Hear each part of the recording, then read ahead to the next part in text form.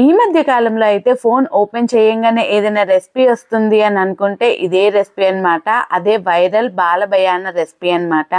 దీనికి ఇంగ్రీడియంట్స్ అయితే ఒక 4 ఇంగ్రీడియంట్స్ ఉంటే చాలండి, ఇంట్లోనే ఈజీగా చేసేసుకోవచ్చు. వైరల్ అవుతుంది, అలానే బాగా ట్రెండింగ్ అవుతుంది. మరి అలాంటి రెసిపీని మనం వదిలేస్తామా చెప్పండి. Hi hello welcome back to our channel. నేను మీ సాజన. ఈరోజు మన రెసిపీ వచ్చేసి బాలబయాన. దీనికోసం అయితే ముందుగా ఒక ప్యాన్లోకి అయితే 1 కప్ దాకా అయితే కండెన్స్డ్ మిల్క్ అయితే తీసుకోవాలి.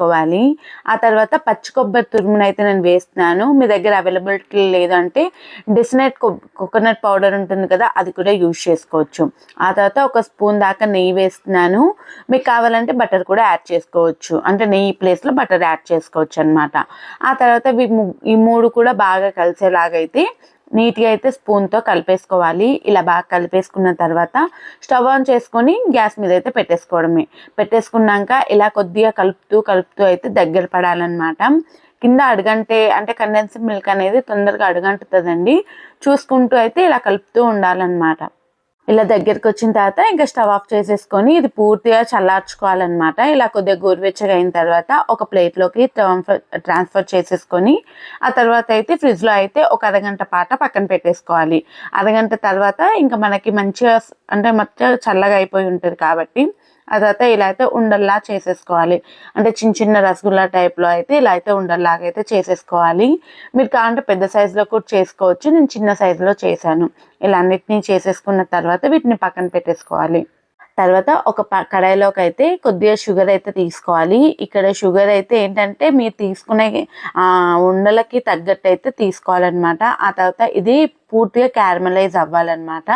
ఇలా కొద్దిగా చూసారు కదా, కరుగుతూ క్యారమలైజ్ అవుతుంది. ఇది లైట్ బ్రౌన్ కలర్ వచ్చినప్పుడే మీరు స్టవ్ ఆఫ్ చేసేసుకోవాలన్నమాట. ఇలా లైట్ బ్రౌన్ కలర్ వచ్చేటప్పుడు కొద్దిగా నిమ్మరసం వేసుకొని ఒకసారి బాగా కలిపేసుకొని తీసేసుకోవాలి. మరి థిక్ బ్రౌన్ కలర్ వచ్చిందంటే మాత్రం మీ క్యాండీస్ అనేవి అంటే చేదుగా వస్తాయి అన్నమాట. ఇలా లైట్ బ్రౌన్ కలర్ వచ్చేటప్పుడు స్టవ్ ఆఫ్ చేసుకొని మనం రెడీ చేసి పెట్టుకున్న ఉండల్ని అయితే ఇందులో డిప్ చేసుకుంటూ తీసేసుకోవాలి. బటర్ పేపర్ మీద అయితే వేసేసుకోవాలన్నమాట. ఇలా అంటే ఈ ప్రాసెస్ అయితే కొద్దిగా తొందరగా చేసుకోవాలి. లేదు అని అంటే మన పాకం అనేది గట్టిపడిపోతుంది అనమాట. ఇలా చేసేసుకొని బటర్ పేపర్ మీద పెట్టేసుకొని ఆ తర్వాత ఒక 15 మినిట్స్ తర్వాత తీసాము అని అంటే మన క్యాండీస్ అయితే రెడీ అయిపోతాయి. చాలా ఈజీగా క్విక్గా చేసేసుకోవచ్చు. వైరల్ రెసిపీ కదా, ఎలా ఉంటుంది అన్న సంకోచం లేకుండా అయితే ఈజీగా చేసేసుకోండి. చాలా బాగుంది రెసిపీ మాత్రం. పైన క్యారమిల్ ఫ్లేవర్, లోపల కోకోనట్ ఫ్లేవర్, కండెన్స్డ్ మిల్క్ అన్ని ఫ్లేవర్స్ అయితే మంచిగా తెలుస్తాయండి. చాలా బాగుంది రెసిపీ. మీకు నచ్చిందని అనుకుంటున్నాను. ఇంతకీ మీరు ఈ రెసిపీ ఎప్పుడైనా ట్రై చేశారా అన్నది కామెంట్ చేయండి.